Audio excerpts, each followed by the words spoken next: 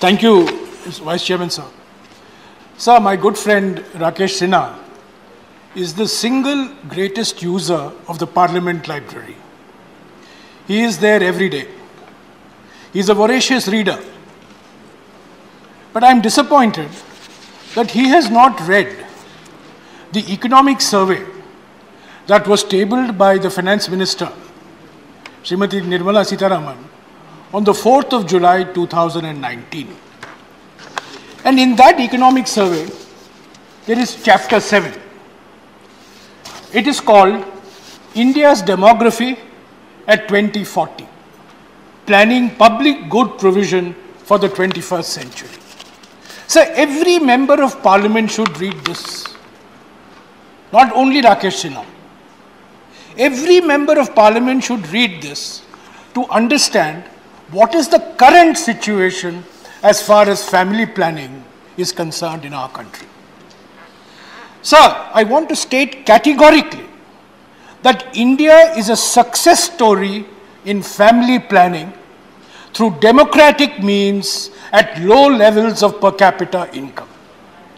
Our family planning started systematically and organizationally in 1967, when Srimati Indira Gandhi, in March of 1967, appointed India's most eminent demographer, Dr. Sitapati Chandrasekhar, who was a member of Parliament in this house representing the state of Tamil Nadu.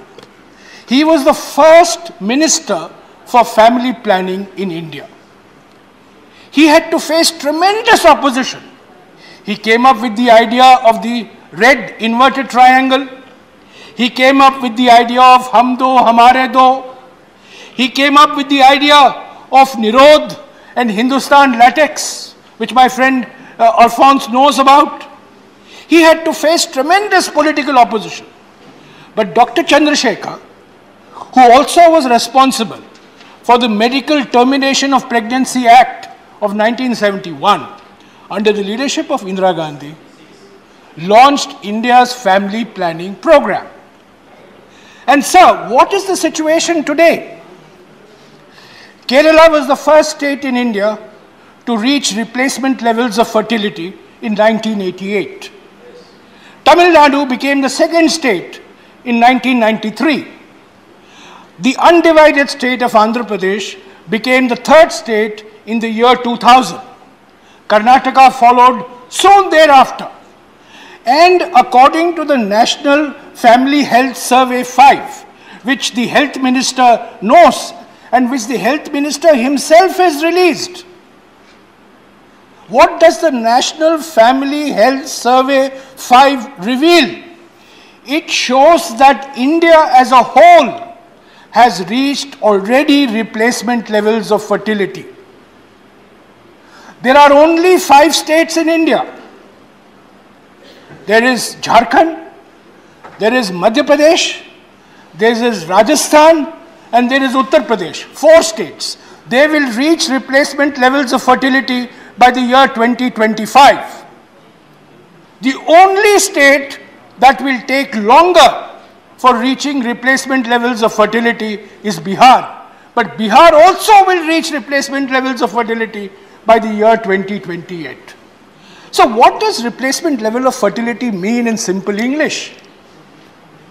When a country reaches a fertility rate, a total fertility rate of 2.1, it means that after 2 generations, which means roughly 50 years, after 2 generations, population will remain stable or will begin to decline. That is why in the decade beginning 2030, Kerala, Tamil Nadu, Andhra, Telangana will not only face stable population but will also begin to show declining population. This is the reality of India. Rakesh Sinhaji's bill is based on a completely flawed assumption that India's family planning program has not worked.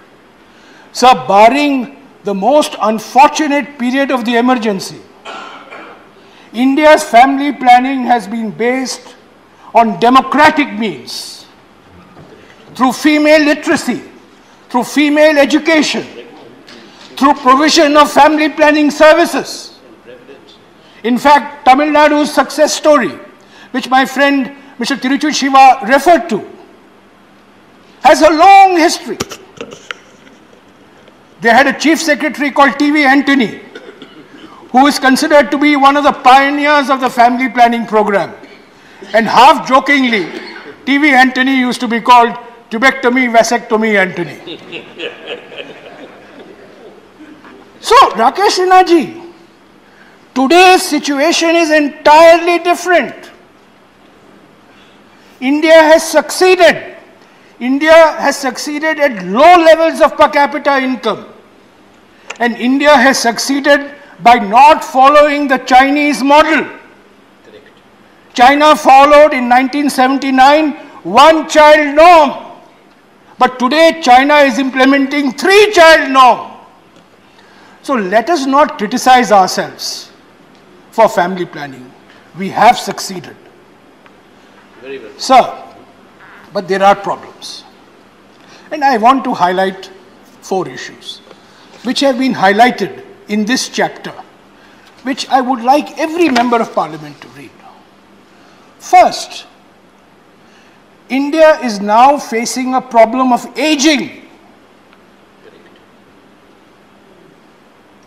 In 2011, 8% of India was over the age of 60.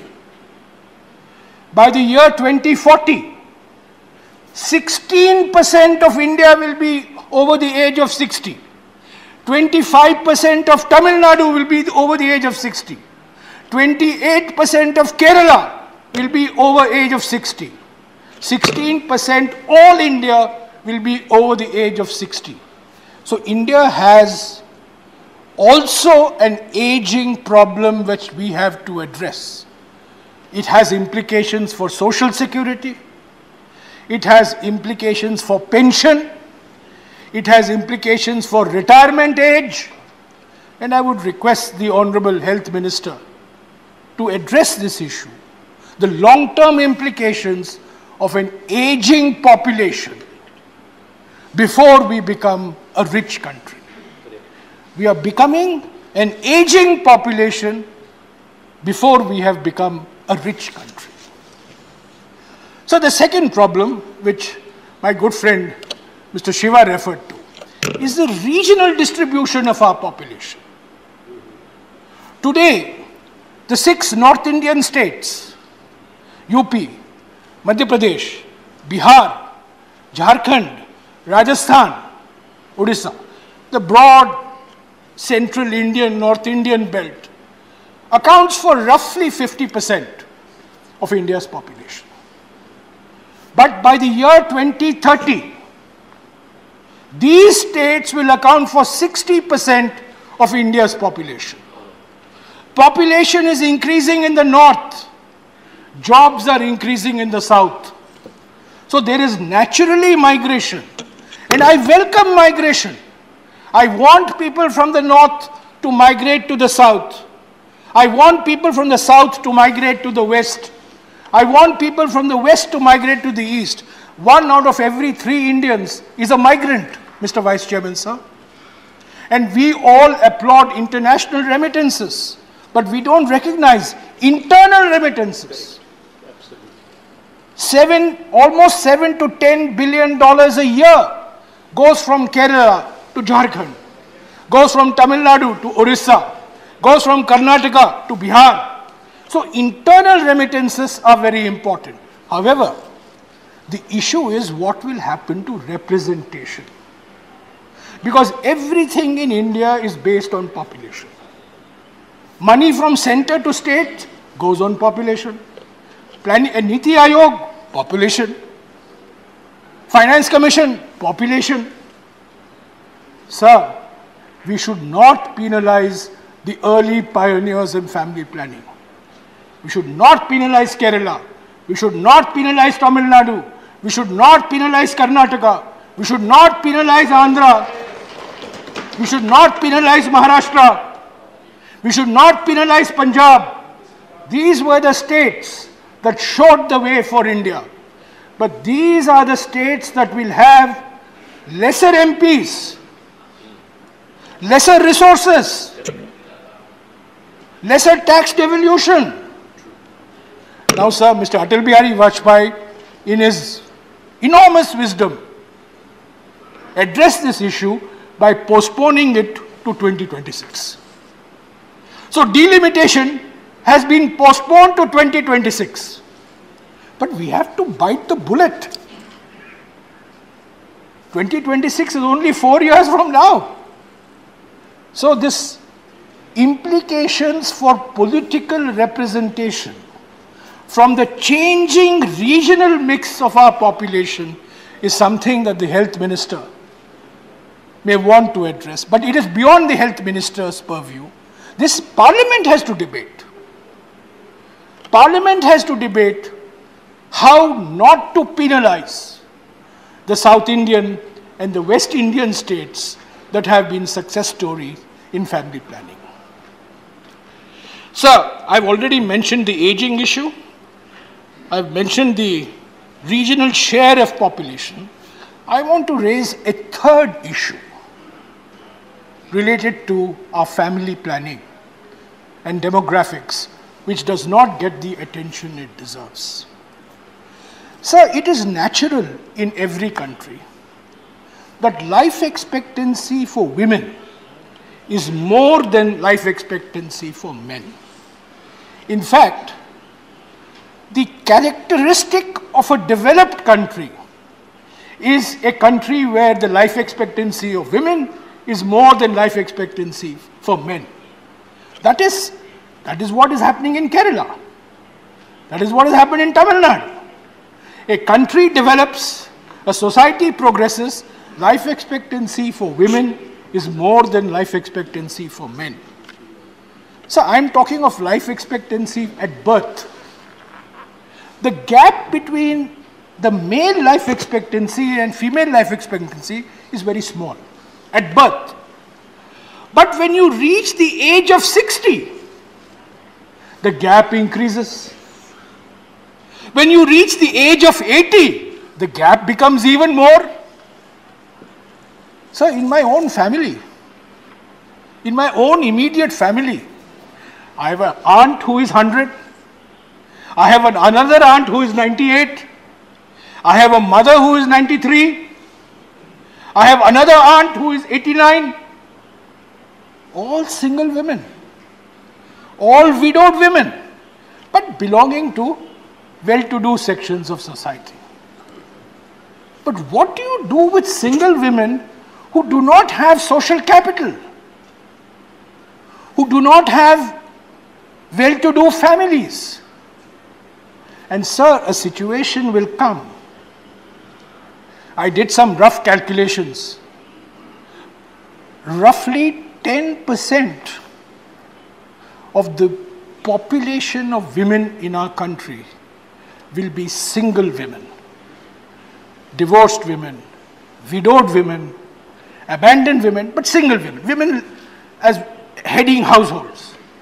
Now, this is a deep problem of social security, which we have not addressed. It has problems for physical security, but it has also problems for social security. Now, this again is not something only for the health ministry. It has to be addressed by the government at large. But I think we must, as a society, as parliament, come to recognize the implications of having a growing population of aged women who will find it difficult to negotiate the complexities of our society. Men can manage, but single women, as it is for women, life is difficult, but for single women, it will be even more difficult, and for single aged women, it will be even more difficult. So, sir, I won't take any more of your time.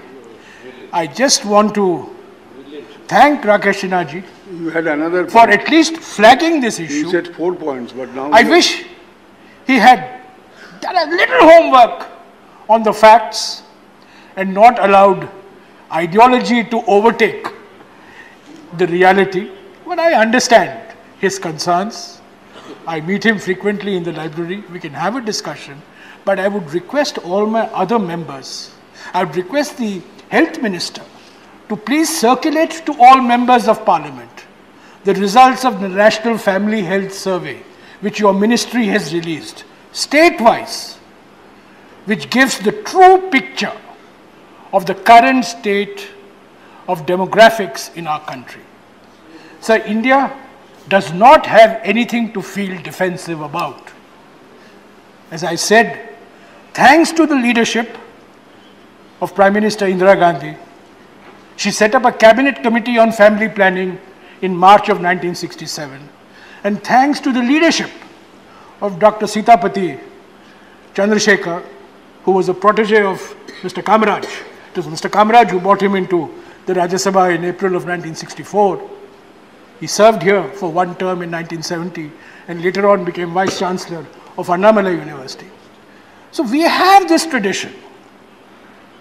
We must commit ourselves as a house, as a society, that we will deepen democratic ways of dealing with our problems of demography.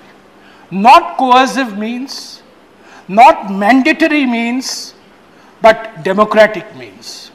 Through means of education, through means of empowerment, through means of providing family planning services, without demonizing one section of society or the other. So this is a very sensitive human issue. It goes into choices, it goes into issues relating to families, and I think the political debate in India, unfortunately, has become far too polarized, far too politicized, particularly in the area of family planning. And I wish very much that we come back to facts, we come to recognize what India has achieved. India has achieved a great, great sacrifice.